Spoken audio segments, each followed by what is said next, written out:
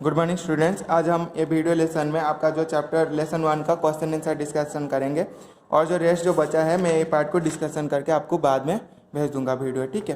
तो आज हम क्वेश्चन आंसर डिस्कशन करते हैं ताकि आपको जो टाइम मिलता है आप इसको लर्न कर सकते हो। तो आपका पहला जो क्वेश्चन है टिक द करेक्ट ऑप्शन, ठीक है। यहाँ पे तीन ऑप्शंस दिया है, इसमें जो सही होता है उसको हम क्या करेंगे ना टिक लगाएंगे। पहला क्वेश्चन है which is not an early calculating device. तो सबसे पहले कौन सा वाला कैलकुलेटिंग डिवाइस डिस्कवर नहीं हुआ था, तो अबाकस हुआ था, पास्कल नहीं होता है, लेकिन आपका जो टैबलेट है वो क्या होता है ना पहले नहीं हुआ था, तो इसका आंसर क्या हो जाएगा ना टैबलेट हो जाएगा। उसके बाद सेकंड क्वेश्चन का आंसर है Charles Babbage invented A machine called the dash. तो चार्ल्स बाबेज जो मशीन डिस्कवर किए थे उसका नाम क्या है ना डिफरेंशियल इंजन, और एक क्या किए थे ना अबाकस कंप्यूटर के भी उन्हें डिस्कवर किए थे। तो इसका आंसर जो हो जाएगा सेकंड क्वेश्चन का आंसर सी हो जाएगा डिफरेंशियल इंजन, ठीक है। उसके बाद आपका आता है IC is small electronic device made from A special material called.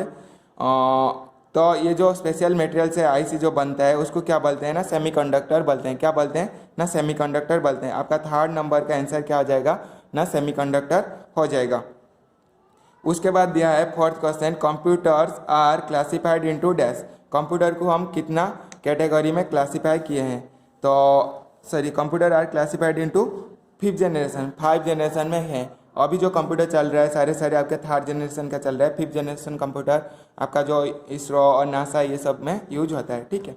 उसके बाद है working who is known as father of Pentium. Father Pentium जैसे आपका कंप्यूटर का फादर किसको बोला जाता है ना चार्ल्स बाबेज को बोला जाता है। सेमी पेंटियम जो प्रोसेसर होता है उसका जो फादर किसको बोला जाता है ना विनोद धाम को आपका क्या होता है ना father of the Pentium processor को बोला जाता है।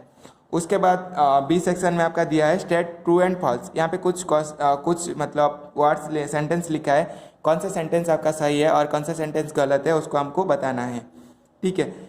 यहाँ पे लिखा है abacus is considered as the fast calculating device. True, क्योंकि ना पहले जो कंप्यूटर चार्ल्स बाबेज ने डिस्कवर किए थे उसका नाम था क्या ना आपका अबाकस था। तो ये जो क्वेश्चन का आंसर क्या हो जाएगा ना ट्रू हो जाएगा।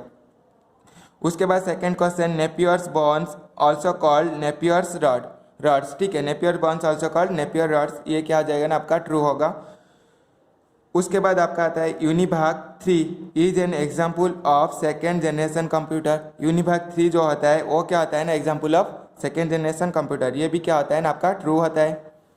उसके बाद आपका क्या आता है ना memory chips are one of the important component of computer software. ये जो मेमोरी चिप होता है एक important component of the computer software का ये इम्पोर्टेंट नहीं होता है, ये आपका मदरबोर्ड का इम्पोर्टेंट होता है, ये इसीलिए क्या हो जाएगा ना फॉल्स हो जाएगा। उसके बाद motherboard allows all the parts to receive power and communicate with one another.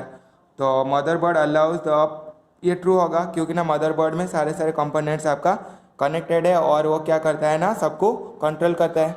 तो आपका जो फिफ्थ क्वेश्चन है वो क्या होगा ना ट्रू होगा। उसके बाद give the full form of the following. यहाँ पे कुछ क्या है ना शॉर्ट फॉर्म में लिखा है, उसका हमको क्या करना है फुल फॉर्म में लिखना है। तो पहला दिया है यूनिभाग का फुल फॉर्म क्या होता है ना universal automatic computer. Universal automatic computer यूनिभाग का फुल फॉर्म क्या होता है यूनिवर्सल ऑटोमेटिक क्या होगा ना कंप्यूटर होगा, ठीक है। यूनिभाग का फुल फॉर्म क्या होता है यूनिवर्सल ऑटोमेटिक कंप्यूटर। उसके बाद आपका सेकंड में दिया है एनियाक का क्या होता है ना electronic numerical integrator and computer. ENIAC का क्या होता है ना electronic numerical integrator and computer. तो एनियाक का आपका फुल फॉर्म क्या होता है ना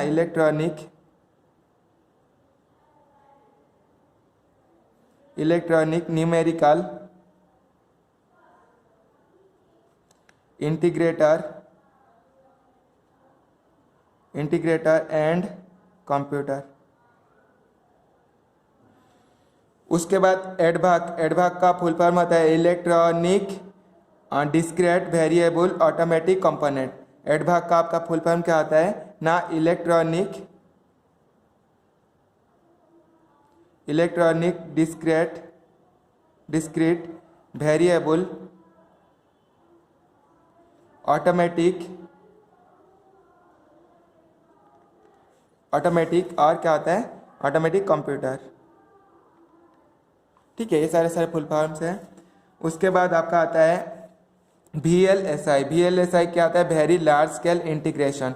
VLSI का फुल फॉर्म क्या होता है ना, वेरी लार्ज स्केल इंटीग्रेशन।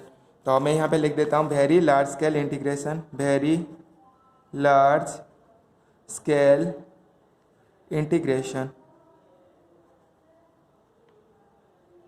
ठीक है, वेरी लार्ज स्केल इंटीग्रेशन। उसके बाद आपका लिखा है USB, यूनिवर्सल सीरियल बस। USB का क्या फुल फॉर्म आता है ना, यूनिवर्सल सीरियल बस। तो ये USB का आपका फुल फॉर्म आता है। ठीक है, यूनिवर्सल सीरियल बस।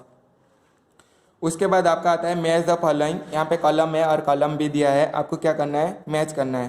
तो कॉलम ए में क्या लिखा है ना, पर्सनल कंप्यूटर। पर्सनल कंप्यूटर आपका 4th जनरेशन कंप्यूटर रहता है। जो PC जो अभी यूज कर रहे हो ये क्या कौन सा जनरेशन का है ना, 4th जनरेशन का कंप्यूटर है।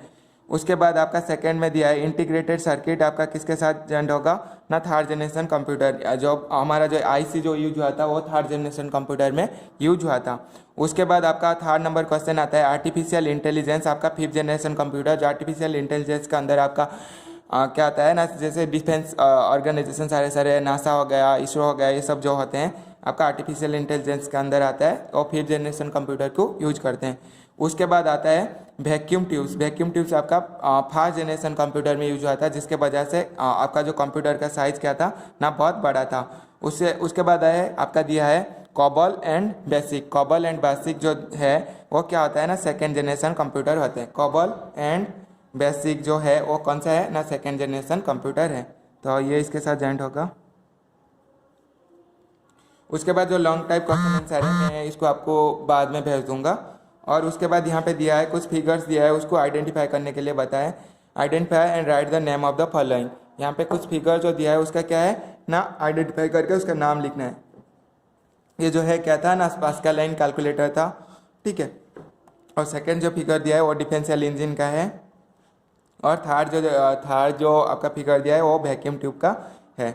और यहाँ पे draw an integrated circuit and right 3 lines about it. यहाँ पे IC एक ड्रॉ करना है और इसके बारे में 3 लाइन्स लिखना है। जैसे IC is a small electronic device made from A special material called semiconductor. IC क्या होता है ना, एक इलेक्ट्रॉनिक डिवाइस है, वो एक स्पेशल मटेरियल से बनता है जिसका नाम है सेमीकंडक्टर। ठीक है, और it can contain more than a million electronic component पर चिप।